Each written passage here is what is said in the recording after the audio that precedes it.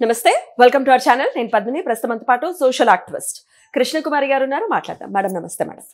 Madam కొత్తూరులో ఒక చాలా దారుణమైన ఘటనే జరిగిందని చెప్పుకోవచ్చు. ఎందుకంటే ప్రభుత్వ పాఠశాలలో చదువుకుంటున్న చిన్న పిల్లలకి ఆ పాఠశాల పక్కనే ఉన్నటువంటి ఒక పాన్ డబ్బా నడిపిస్తున్నటువంటి వ్యక్తి గంజాయి చాక్లెట్స్ని అలవాటు చేయడం, మొదట ఫ్రీగా ఇవ్వటం, దాని తర్వాత వాటికి అలవాటు పడిన తర్వాత ఒక్కొక్క చాక్లెట్ 20 రూపాయలకు అమ్మటం అనేది జరిగింది. ఈ దారుణమైన ఘటన వెలుగు చూసింది. అసలు ఎలా చూస్తారు ఈ అంశాన్ని? అసలు ఎలా వీటిని అరికట్టచ్చు?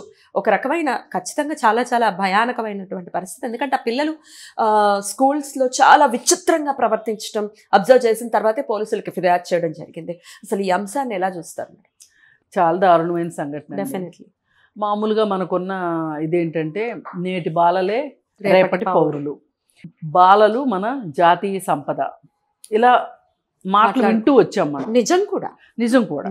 అయితే మరి వాళ్ళ దురదృష్టవశాత్తు ఈ బాలలే సంపద అనుకుంటున్న బాలలు ఇట్లా ఇంత చిన్న వయసులో గంజాయికి అలవాటు పడితే ఇంకా వాళ్ళ జీవితాలు ఏమవుతాయి? మామూలుగా ఏంటంటే ఇంజనీరింగ్ కాలేజీల్లో గంజాయి బాగా దొరుకుతుంది.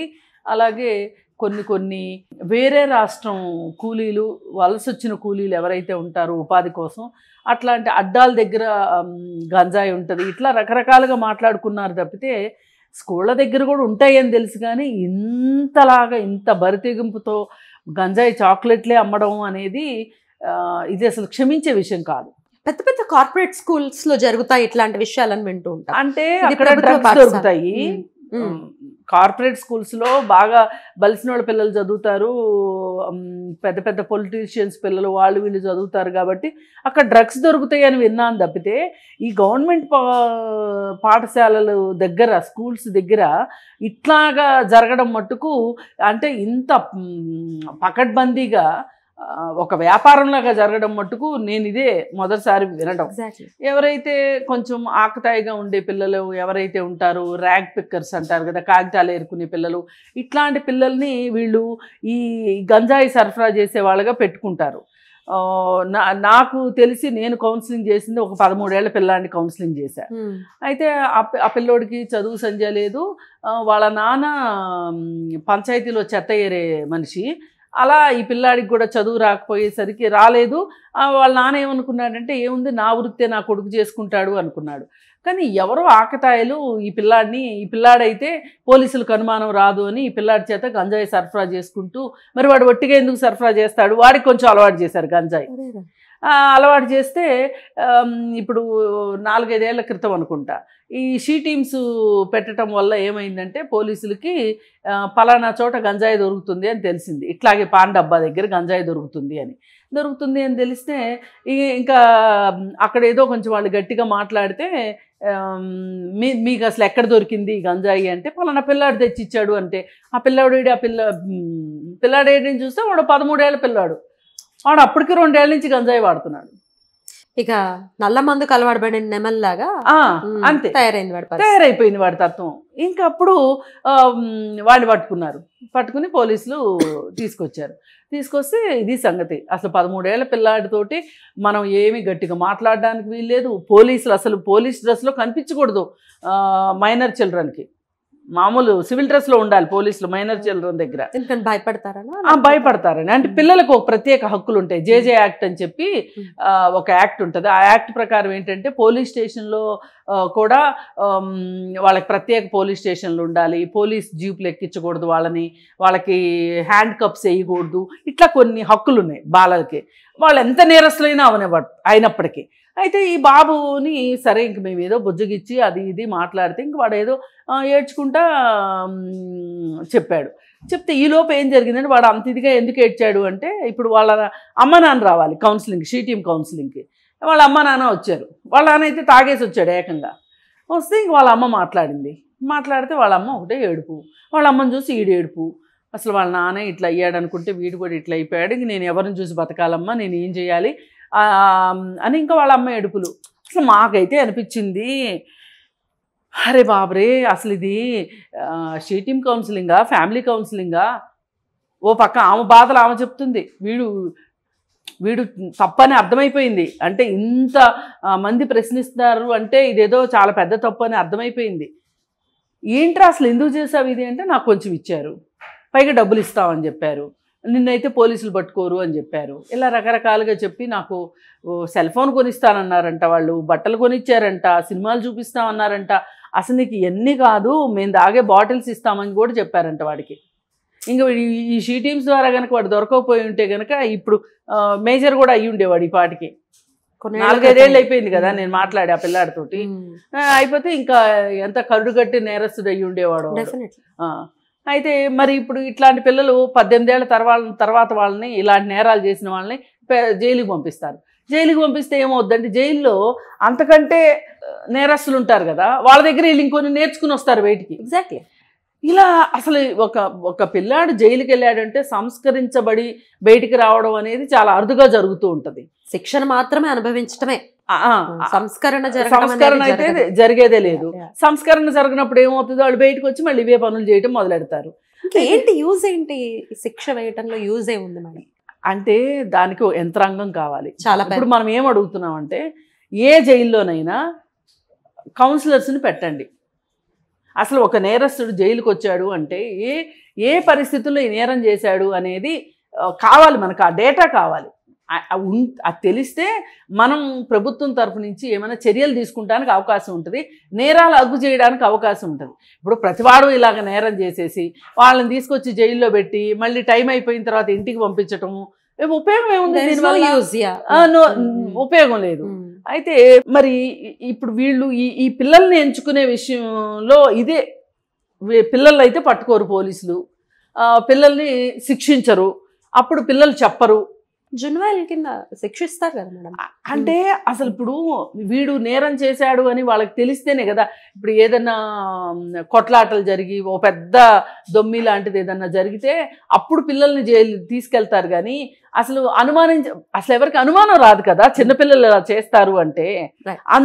అయితే ఇలా చేయడం వెనకమాల ఉద్దేశం ఏంటంటే ఈ పిల్లలకు చాక్లెట్లు అమ్ముకోవడం ఒకటే కాదు, ఇట్లా వీళ్ళని ఈ గంజాయికి అలవాటు చేస్తే రేపొద్దున గంజాయి వ్యాపారంలో వీళ్ళు ఉపయోగపడతారని. ఇప్పుడు చాక్లెట్ అమ్మితే 20 రూపాయలు వస్తాయి, రోజుకు 10 చాక్లెట్లు అమ్మితే 200 రూపాయలు వస్తాయి, మామూలు చాక్లెట్లు అమ్మినా ఆ మాత్రం డబ్బులు వస్తాయి. వాళ్ళ ఉద్దేశం అది కాదు. వాళ్ళకి కావాల్సింది ఏంటంటే ఈ గంజాయిని సరఫరా చేయగలిగే వ్యక్తులు కావాలి. వాళ్ళు ఎవరై ఉంటారు? ఆల్రెడీ ఎడిక్షన్లోకి వెళ్తే తప్పితే వాళ్ళు చెయ్యరు. ఏది ఏమైనా ఇప్పుడు డేంజర్ బెల్స్ మోగినాయి కదా. ఇప్పటిదాకా ఏమనుకున్నాము, పెద్ద వయసుల వాళ్ళే వాడతారని తెలిసింది. ఇప్పుడు ఈ చిన్నపిల్లలు కూడా వాడారు అని తెలిసిన తర్వాత ఇప్పుడు ప్రాబ్లం ఏమవుతుందంటే వీళ్ళు గంజాయి చాక్లెట్ తిని ఒక్కడే కాదండి, వీళ్ళ చేతుల్లో పెద్దవాళ్ళ సెల్ ఫోన్లు పిల్లల చేతుల్లోకి వస్తున్నాయి. వీళ్ళు ఈ పిల్లలు ఈ గంజాయి మత్తులో ఈ ఓటీటీ ప్లాట్ఫామ్లో సినిమాలు చూస్తున్నారు. ఆ సినిమాల్లో ఏముంటుంది? విపరీతమైన సెక్స్, అలాగే బ్లడ్, వైలెన్స్ ఉంటుంది. ఇవి చూసి వాటికి ఆకర్షితులు అవ్వడం ఒకటి. రెండోది పోర్నుకు అలవాటు పడటం. ఈ రెండు ఏంటి అంటే ఈ గంజాయి తీసుకున్న సమయంలో వీళ్ళకి ఇంకా కావాలనిపిస్తుంది. ఏదో నా పక్కవాడు ఏదో చెయ్యింది నేను చెయ్యాలనే ఉత్సాహం ఒకటి వస్తూ ఉంటుంది. ఆ దీనిలో వాళ్ళు మరిన్ని చిన్నపిల్లలు నేరస్తులుగా అవ్వడానికి ఈ గంజాయి అనేది ఒక మార్గంలాగా తయారైంది. ఇది మరి స్కూల్ దగ్గర అమ్ముతున్నారు అంటే ఇప్పుడు మామూలుగా మనం ఏం చెప్తామంటే గుడి దగ్గర బడి దగ్గర లిక్కర్ షాప్ ఉండొద్దు అంటాం. పాన్ షాపులు కూడా ఉండకూడదు అని ఇప్పుడు అర్థమైంది. పాన్ షాపులను దూరంగా పెట్టాలి. దూరంగా పెడితేనే సరిపోతుందా? అసలు గంజాయి రావడం అనేది మన రాష్ట్రంలోకి ఎలా వస్తుంది, మన రాష్ట్రంలో ఎక్కడ పండుతుంది? నిజంగా ప్రభుత్వం మూడో కన్ను తెరిస్తే కనుక అది ఎక్కడ ఉత్పత్తి అవుతుంది, ఎలా సరఫరా అవుతుంది తెలుసుకోవడం పెద్ద కష్టం కాదు. అసలు ప్రభుత్వం లేకపోతే ప్రభుత్వ అధికారుల ఇది లేకుండా అంటే అండదండలు లేకుండానే అసలు ఈ దందా సాగుతుందని అనుకోవచ్చా? ఖచ్చితంగా పోలీసులు, అధికారులు, నేరస్తులు, అలాగే ఈ గూండాలు, రౌడీ షీటర్స్ ఇట్లాంటి వాళ్ళే కదా చేసేది. ఇలా ఎక్కడ హాట్ స్పాట్స్ ఉన్నాయి, ఎక్కడ ఇట్లాంటివి జరిగే అవకాశం ఉంది అనేది పోలీసులకి వాళ్ళ ఇన్ఫార్మర్ వ్యవస్థ ద్వారా తెలిసే అవకాశం ఉంది. కానీ అది ఏ రాజకీయ నాయకుడికో లింక్ అయి ఉందనుకోండి, పోలీసులు కూడా చూసి చూడనట్టు పోతారు. ఇప్పుడు ఈ గంజాయి విషయంలో కావచ్చు, మద్యపానం విషయంలో కావచ్చు, ప్రభుత్వాలు ఎట్టి పరిస్థితుల్లోనూ చూసి చూడనట్టు పోతే మటుకు మనము రేపటి పౌరుల్ని మనం కోల్పోవాల్సిన పరిస్థితి వస్తుంది. దీనివల్ల ఇంకొంచెం నేర ప్రవృత్తి పెరుగుతుంది. వాళ్ళకి అసలు భయం అనేది ఉండదు. నేను ఏం చేస్తున్నాను, విచక్షణే ఉండదు, విచక్షణ ఉండదు. నేను చేసేది రైటా రాంగా, దీనివల్ల నేను ఈ పని చేయడం వల్ల నాకు రేపు ఏం జరగబోతుంది అనేది మటుకు వాళ్ళు అసలు ఆలోచించే స్థాయి పోతుంది, ఆలోచన శక్తే పోతుంది వాళ్ళకి. చేసినప్పుడు వాళ్ళు చాలా నిర్భయంగా నేరాలు చేస్తూ ఉంటారు. ఈ నిర్భయంగా నేరాలు చేసిన దాని వెనక ఎవరు లాభపడతారు? ఇలాంటి నికృష్టులైన వ్యాపారస్తులే లాభపడతారు. వాళ్ళ కోసం ఈ పిల్లలు ఇప్పుడు ఒక రకంగా గవర్నమెంట్ స్కూల్స్ దగ్గరికి పంపించే వాళ్ళు అంటేనే ఎవరు పంపిస్తారండి? ఆర్థిక స్తోమత లేని వాళ్ళే పంపిస్తారు. ఆ తల్లి తండ్రి ఎన్ని కష్టాలు పడతా ఉండుంటారు. అట్లాంటిది మళ్ళీ వాళ్ళు ఏమనుకుంటారంటే మా జీవితాల్లాగా మా పిల్లల జీవితాలు ఉండకూడదు అని చెప్పి వాళ్ళు స్కూల్కి పంపిస్తారు. మరి స్కూల్లో ఇలాంటి నిర్వాకాలు జరుగుతూ ఉంటే ఇంకా వీళ్ళు మళ్ళీ ఇంకొక జనరేషన్ పైకి వచ్చేది ఎప్పుడు? వీళ్ళు ఒక నేరస్తులుగానో లేకపోతే ఇంకోటి కూనీకోరులుగానో వీళ్ళు మిగిలిపోతే వీళ్ళు చదువుకుని ఒక ఉపాధిలోకి వచ్చి ఒక గౌరవప్రదమైన జీవితం గడిపితే కదా నెక్స్ట్ జనరేషన్ అయినా బాగుపడేది.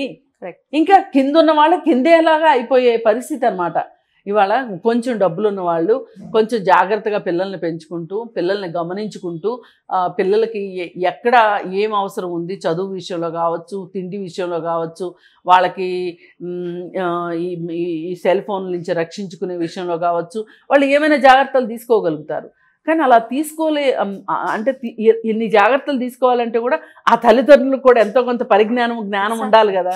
ఇప్పుడు అది లేని ఆ తల్లిదండ్రులు ఏవో కూలీనాలి చేసి జాగ్రత్తలు ఎట్లా కాపాడుకుంటారు? కాపాడాల్సింది గవర్నమెంటే.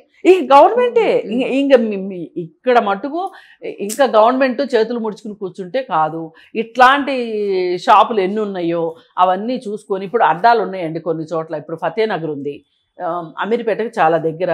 ఆ ఫతేనగర్ రైల్వే బ్రిడ్జి రైలు పట్టాల చుట్టుపక్కల ఆ ఫ్లైఓవర్ ఫతేనగర్ ఫ్లైఓవర్ కిందకి దిగిన తర్వాత అక్కడ మీకు గంజాయి దొరుకుతుంది అని తెలుసు. అక్కడ అవసరమైతే మీరు 144 సెక్షన్ పెట్టండి, లేదు అనుకుంటే బీటింగ్ ఎక్కువ చేయండి అక్కడ, అంటే బీట్ కానిస్టేబుల్స్ని ఎక్కువ పెట్టండి.